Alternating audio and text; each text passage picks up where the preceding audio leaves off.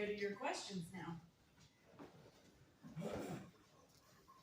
Oh, that's good.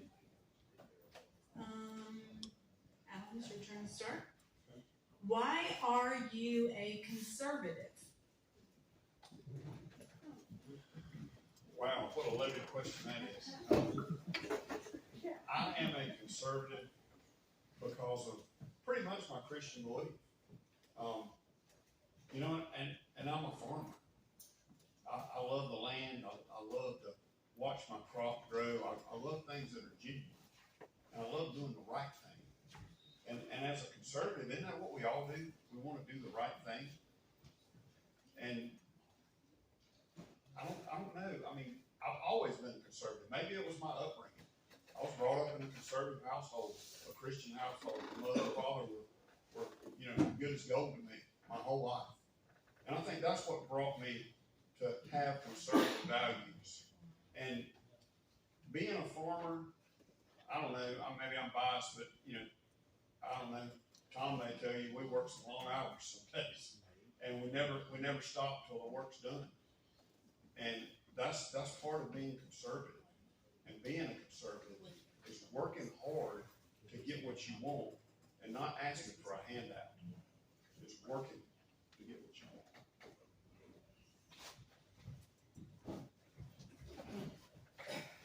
I'm a conservative because I believe in the U.S. Constitution and the Declaration of Independence, and even the state constitution. I was brought up that we have laws in this country, and to conserve it, to conserve what the founding fathers believed that this great nation could be. Being conservative, you get many different answers out in the district. But one answer you get back from everybody is that physical responsibility. We have people about wanting to cut the budget, cut things out, and that's fine. But where are you going to cut it? Tell me what you're going to cut. As a conservative in my generation, we want our say in what makes government function. In November, social issues, social conservatism, populism has infiltrated the conservative movement. Well, we need to decide what we want to do in November on social issues. 124 members cannot simply decide the fate of 6 million people in the state. We need to focus on letting the power of the people decide our constitutional amendments, not 124 people. Being conservative means giving you back the power and taking the power away from the General Assembly, one of 2 states, like I mentioned earlier, that has the most power. And if you elect me, I will be steadfast on that you should have the right, not me, to make decisions of our government. I've been a conservative my whole life. As a military brat, my dad fought in Vietnam. I got to see a lot of this country because of that. But the biggest part about conservatism is one about freedom. We should be able to pursue freedom and our liberties unencumbered by over-regulation and over-taxation. Our country was founded on taxation, right? The Tea Party. So I want to see us get back to using whatever resources that we have as a state that we make the biggest impact. And let's start treating root cause instead of symptoms. Because a lot of things that we talked about tonight are symptoms of bigger issues. And one of it is give more choices back to you as a citizen instead of all of so many laws and regulations telling you how to live your life. And so as a conservative, one, I want to put more money back in your pockets. I don't think, at some point you're going to kill the host, right? We're taking too much from our people. And so fiscally conservative is a big deal for me. Being in a financial institution, yes, you have to save for a rainy day. You got to have capital to make sure that you can operate. Right. But we don't have to take taxes at the level that we are. We need to continue to reduce them and let people keep more money in their pockets to make decisions on their life instead of the state telling them how to do it. Thank you for the question, whoever asked it. Conservatism to me is smaller government, less taxes, more interaction, influence, and say by the people. Representation of the people, governance for the people. And so we've got to do everything that we can in order to pass and enact laws that help shrink the footprint, regulation, overbearing status of government, if you will, in order for us to help citizens like you and me to be able to better afford life and to be able to be more equipped to enjoy the freedoms of life, liberty, and the pursuit of happiness. The founding documents of this country, those documents are very important. When we read those documents were written out of a spirit of conservatism. And so I appreciate the ones who said constitutional and Declaration of Independence.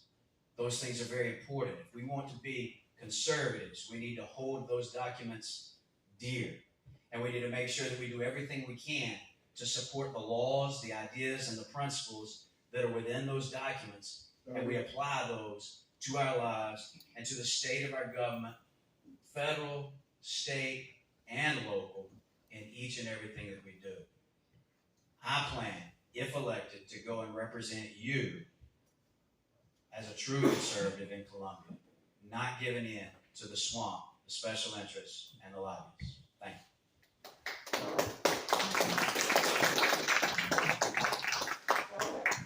So I believe the question was, why are you a conservative? Correct? I'm a conservative because I don't want to be called Republican. There's too many folks that call themselves Republicans that don't have a clue what being conservative is about. To me, conservative is a step above just being a Republican. To me, being a conservative means you're a man of your word. To me, conservative means that you have values. That's why you hear conservative values. It used to just be values, but that's why you hear conservative values. To me, a conservative appreciates our founding fathers' papers, all the way back to the Federalist Papers. But to me, a conservative, first and foremost, follows the rules that were given to us by our Lord Jesus. That's why I'm a conservative. So, a few questions ago, we were asked about the juvie system, and I stood here and said it was probably primarily because it was consolidated. Most up here wanted to expand that to across the state. That sounds like bigger government. That sounds like a government growth to me. And we just stood here and said that we're smaller government. We've already consolidated our juvie system, and now we want to expand it. And I have heard, don't want to be called Republican, but you are in the Republican primary. And I understand that you want to be conservative, and there's nothing wrong with that. We all believe the Republican platform is conservative. But there comes a point where you become more than just Republican or conservative. You begin to get into a different type of party. Libertarian. A lot of us here share libertarian views. But we also got to understand we're Republicans too. If we get things done with Republican leadership. Thank you.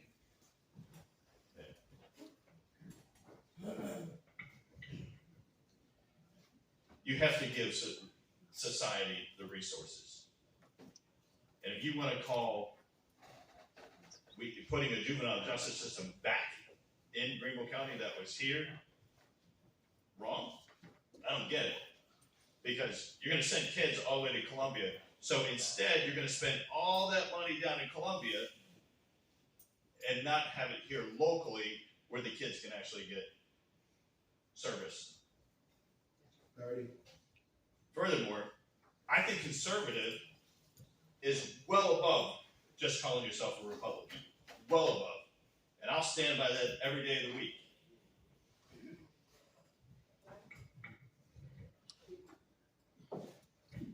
Well, and I think one thing we all need to think about is we are Republicans. We're running in the Republican, primary.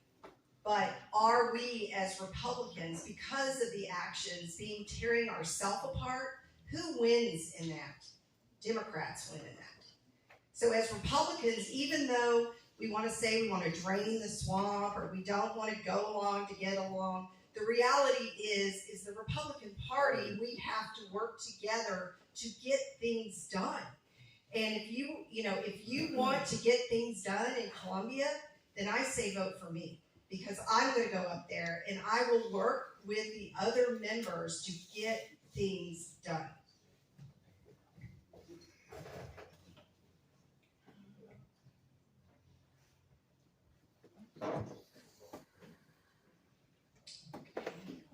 Daniel, we'll start with you.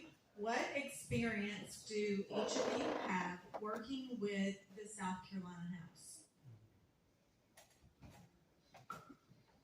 Well, I don't. I do have experience in manufacturing. That's all I got.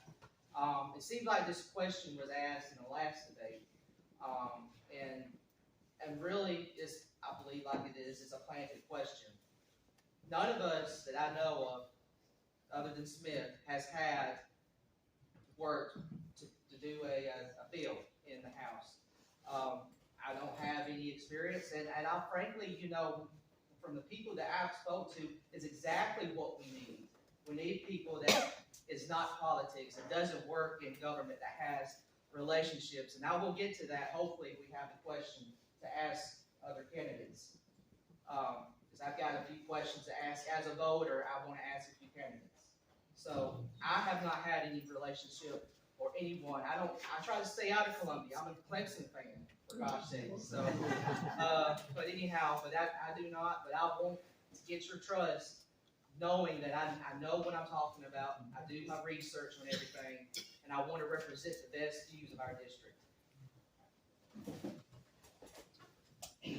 I have been working at the State House since 2019. And for those of you that don't know, in our state, lenders can charge any interest rate they want. The highest rate filed was 850%.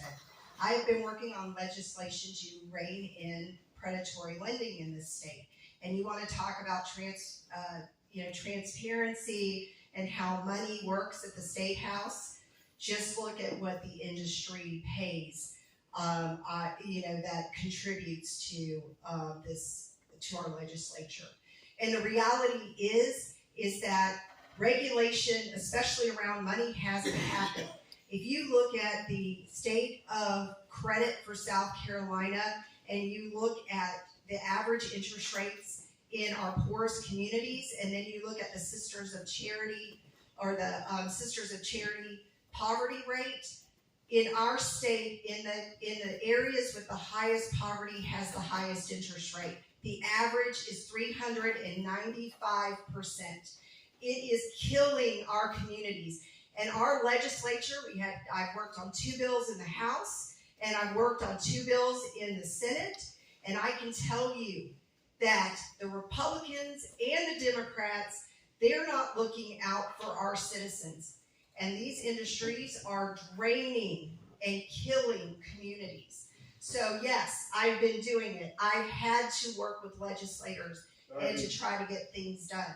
So yes, I know how it works. I have been doing this and work with a coalition across the state made up of nonprofits, individuals, and the faith community in particular to get that legislation changed.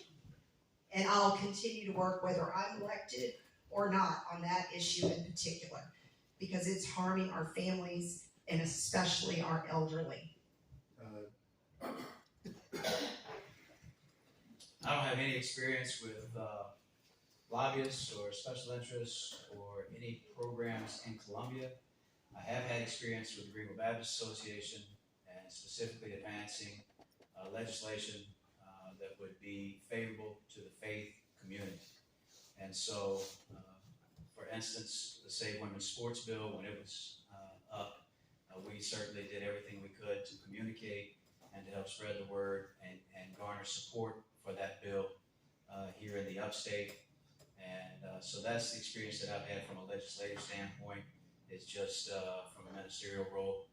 I have since January, since announcing, had extensive, as I'm sure most of you have, experience with fellow legislators and consultants and so forth, and tried to read every bill we can read and learn everything we can learn about anything that would impact certainly District 28, but also the state. So as far as me being able to say, hey, I've got this great legislative experience to build on, I don't have that, but I do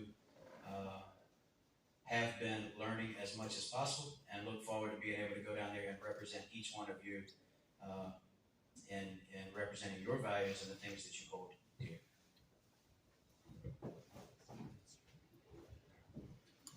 So like everybody else up here, I do not have experience working in the state legislature. What I do have experience in, though, is working for my community. I've been doing it, like I said, from the beginning, since I was 15 years old. And I'll continue to do it day in and day out. It's ingrained in me. I'm gonna work for you guys. And I'm gonna bet that most legislators rather, that getting elected had no experience. Representative Trenton, do you have any experience? Not a bit. But I have the heart of a servant, and I'm here to serve each and every one of you. That's why I'm asking you to vote for me on June 11th.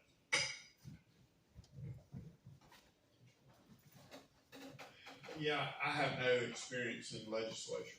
I do have some friends that are House reps, and a lot of times when there's an ag issue that comes up, I'll get a phone call and they say, hey man, what do you think about this? What's your take on this?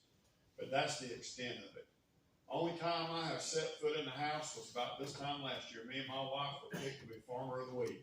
And we got the grand tour down there. They rolled out the red carpet for us like it was something important instead of this little hay farmer up here in Simpsonville. But, I think being a House rep is more just, like Troy said, being a servant and helping people. I see a lot of faces out here that I've given some help to over the years. Some of them I gave help to Sunday sitting right there when they were sweating to death. And I enjoy that. I enjoy helping people. And I think that's why I'd be a great House rep for you guys. I'm just a common guy, common farmer. I think that's what we need more of. Less bureaucrats and more common people. And I think we can get things done in District 28.